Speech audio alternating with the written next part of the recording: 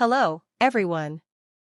Today we have a very interesting story about a lazy boy who was actually quite smart. By the end of this story, we'll learn how a lazy person can work harder and beat their laziness. But that's not all. While we listen to the story, we will also learn some new words and how to make sentences with them. This will help us practice English in a fun and easy way. So stay with us till the end. Once upon a time, in a small village, there lived a young boy named Ryan. He lived with his parents in a small house on the edge of the town. Ryan was very lazy. Every day he helped his father in the fields, but his job was only to chase away the birds that came to eat their rice crops. Most people used sticks or slingshots to chase the birds, but Ryan didn't want to move too much. So he built wooden poles in different parts of the field and connected them with ropes. This way, he could scare the birds without standing up. He could lie down and relax. His father was a bit worried about his laziness and thought, if I get sick, how will Ryan take care of everything? But since Ryan always finished his work, his father never got angry. One summer, during a dry season, his father got very sick, and Ryan had to take care of the whole field by himself. He tried, but he wasn't used to hard work. After a few weeks, the crops started to die because they didn't get enough water, and Ryan couldn't save them alone. That night, Ryan sat outside under the stars, feeling useless and disappointed. He thought, why didn't I ever try harder? Now my family's hope is gone. The next morning, he heard people talking in the village. Ryan went to see what was happening. A soldier was announcing a big competition at the king's palace. The winner would get a chest of gold. Ryan thought, this could save my family. Without thinking much, Ryan said he would join the competition. The villagers laughed. They thought, how can someone as lazy as Ryan win against strong people from all over the kingdom? But Ryan didn't care. He had 3 days to reach the palace, so he left early. His parents didn't think Ryan would win, but they hoped this would make him work harder and change his lazy ways. After 3 days, the competition started. All the participants were gathered near a big lake. Many of them were strong and fit, which made Ryan nervous. How can I beat these people, he thought.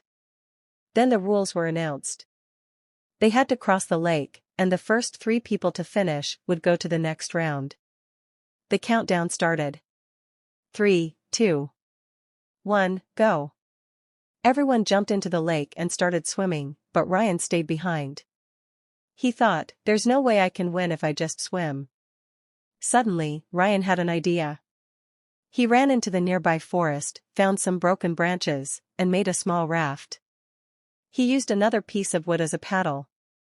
Ryan thought, this is a race to cross the lake, not a swimming race. I may not be strong, but I can be smart.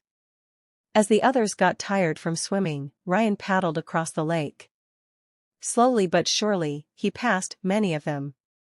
In the end, Ryan finished third and qualified for the next round.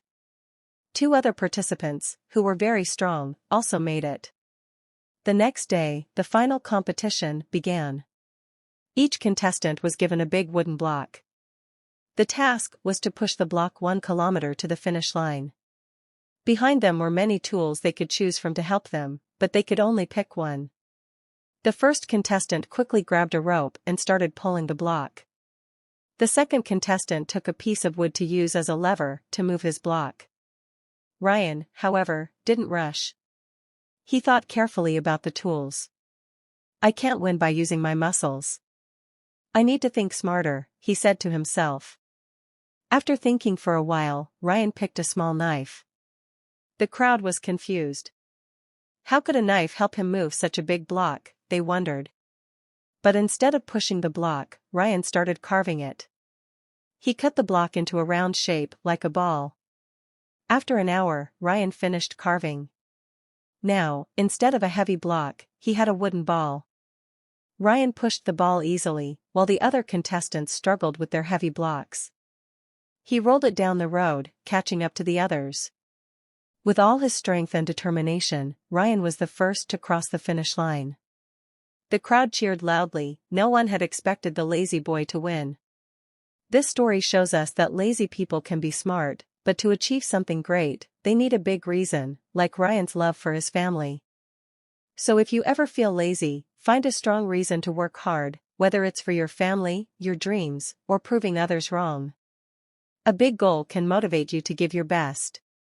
Today, we also learned new words and sentences through this story. Remember, learning English can be fun when you practice regularly. So keep listening, learning, and growing. And don't forget to subscribe. Thank you for watching, and I'll see you in the next story. Bye.